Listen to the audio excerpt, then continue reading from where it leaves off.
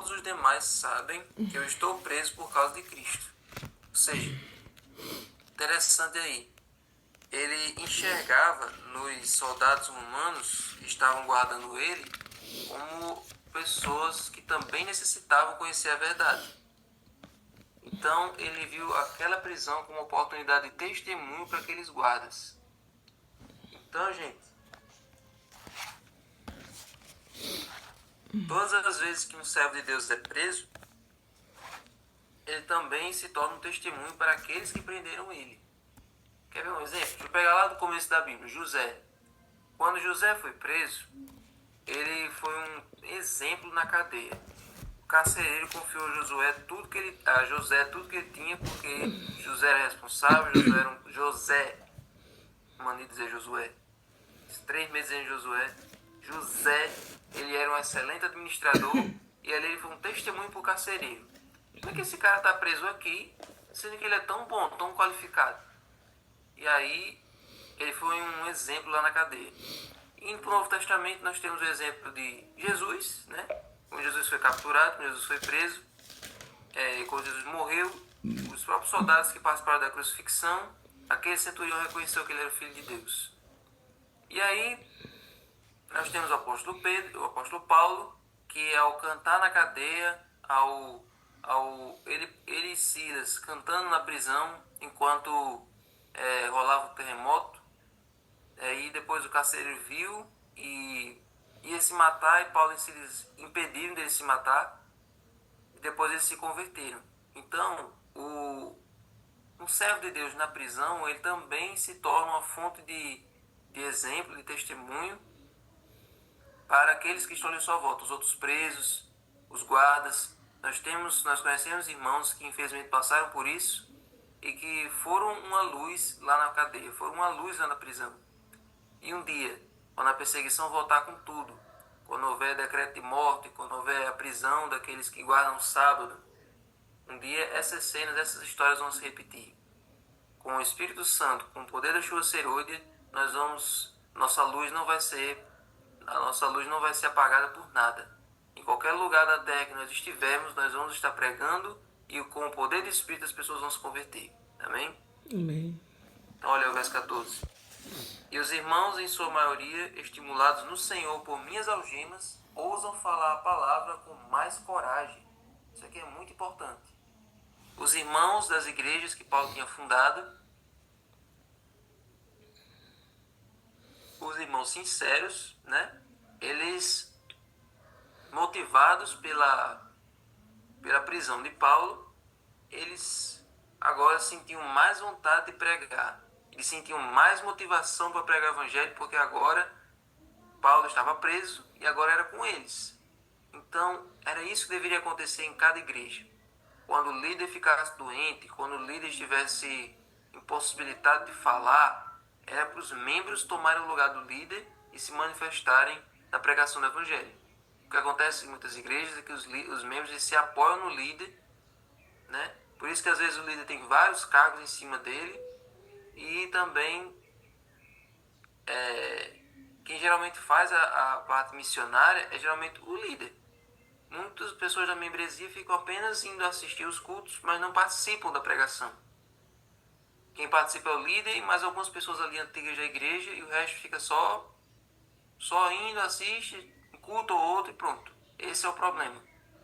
Mas esses membros aqui de Filipos, eles viram que Paulo estava naquela situação e aquilo acendeu neles a chama por continuar a obra que ele tinha começado. E Paulo parabeniza isso. Paulo, ele reconhece isso. Ele louva a Deus por isso, porque aqueles irmãos, eles realmente mostraram o que é ter um zelo missionário. Então, gente,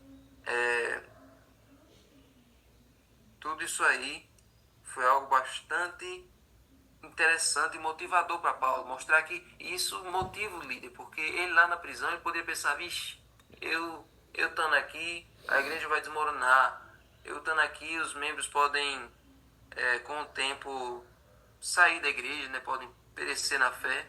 Mas a notícia dessa pregação do evangelho dos membros dele se tornando pregadores deu uma motivação para Paulo no senso de dever cumprido. Eu formei uma igreja missionária. Eu formei novos líderes. Então, isso é algo que todos nós devemos fazer. Por isso que a igreja funciona assim. O pastor, ele coordena os anciãos coordenam os líderes de PG, e os líderes de PG coordenam os membros do seu PG. É assim, líderes formando novos líderes. Esse é o processo do discipulado, do fazer discípulos. E aí, verso 14, Paulo elogia, né, quem está pregando o evangelho. E o verso 15 tem o outro lado da moeda. Diz assim: é verdade que alguns proclamam Cristo por inveja e rivalidade, mas outros o fazem de boa vontade. Por incrível que pareça, tinha gente que pregava o evangelho por inveja e rivalidade. Como assim? Como é que isso pode acontecer? Paulo não menciona a causa dessa rivalidade, né? Mas mesmo em Roma devia haver um partido que tinha ciúmes da influência de Paulo. E supostamente a sua prisão era uma oportunidade para diminuir a influência de Paulo e fortalecer a posição deles. Paulo estava aprisionado e eles tinham acesso ao povo. Ou seja, esse grupo aí, eles pensavam de uma maneira muito errada. Eles pensavam assim, como Paulo está preso, essa é a nossa oportunidade de apagar a influência dele e nós vamos tomar a fama que ele tinha. Antes ele era o pregador do evangelho, mas nós somos os pregadores do evangelho no lugar dele. Então essa era uma motivação muito errada que eles tinham de pregar o evangelho. Eles queriam tomar a posição de Paulo, eles queriam enfraquecer a influência que Paulo tinha. Então, com pretextos assim, era fácil insinuar que Paulo tinha alvos ambiciosos e exercia influência inadequada. Os opositores poderiam até concordar com Paulo na doutrina, mas procuravam prejudicá-lo com a sua inimizade. Então, como esses homens professavam pregar a Cristo, era difícil discernir os motivos deles. Se era um grupo de judeus que mantinham as doutrinas essenciais do Evangelho, mas que ao mesmo tempo eram implacáveis com Paulo por causa dos gentios, então tal partido poderia tentar pregar a Cristo e ainda nutrir contra o apóstolo os maus sentimentos que ele lhes atribuía. Então, o que acontecia? Tinham essas pessoas que pregavam, mas com a motivação egoísta, querendo aparecer. E ainda existem pessoas hoje assim. Tem pessoas que fazem a coisa certa. Exatamente, né, Fred? Exatamente. Ainda existem pessoas assim hoje, que fazem a coisa certa, até vão para os estudos, até vão para a pregação, mas vão com motivação de querer aparecer, de querer conquistar ali, entre os outros membros, uma posição de destaque. Infelizmente tem isso. Pessoas que só vão cantar para poder aparecer, que querem ser convidados para cantar em vários lugares. Tem pessoas que se convidam para pregar. Tem pessoas que oferecem, como se estivesse oferecendo um produto, oferecendo ali seus talentos, as suas habilidades, para que as outras igrejas possam vê-las como pessoas mais capacitadas. Olha, um conselho para a sua vida. Nunca se convide para nada. Nunca se convide para nenhum evento. Nunca se convide para cantar. Nunca se convide para pregar. E quando você faz isso, você está se louvando. Você está se adorando. É mostrando para os outros o quanto você é maravilhoso, o quanto você é competente. Nunca você diga isso sobre você mesmo. Deixe que os outros digam. E nem ligue para o que os outros falam. Se falam bem, se falam mal, faça a sua parte. Faça para Deus. Mas também nunca diga o quanto você é bom, o quanto você é capacitado. Você nunca deve dizer isso.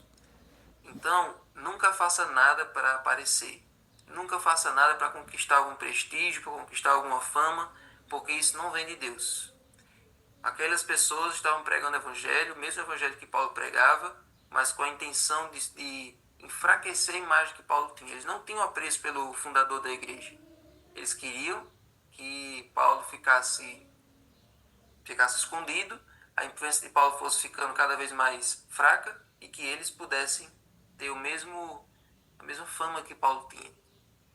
Só que olha como Paulo era positivo. Olha como Paulo pensava da maneira como Jesus pensa. Olha aí, verso 15, ou 16. Estes o fazem por amor, sabendo que estou incumbido da pregação da defesa do Evangelho. Aqueles, porém, pregam Cristo por interesse pessoal, não de forma sincera, pensando que assim pode aumentar o meu sofrimento na prisão. Olha como Paulo diz. Eles acham que assim eles vão aumentar meu sofrimento na prisão. Eu estou enganado. Então, às vezes, tem essas pessoas que elas acham que elas fazendo o que elas estão fazendo, elas vão prejudicar a vida do líder. Elas vão deixar o líder o líder com inveja. Então tem pessoas que têm essa mentalidade muito terrena, muito mundana.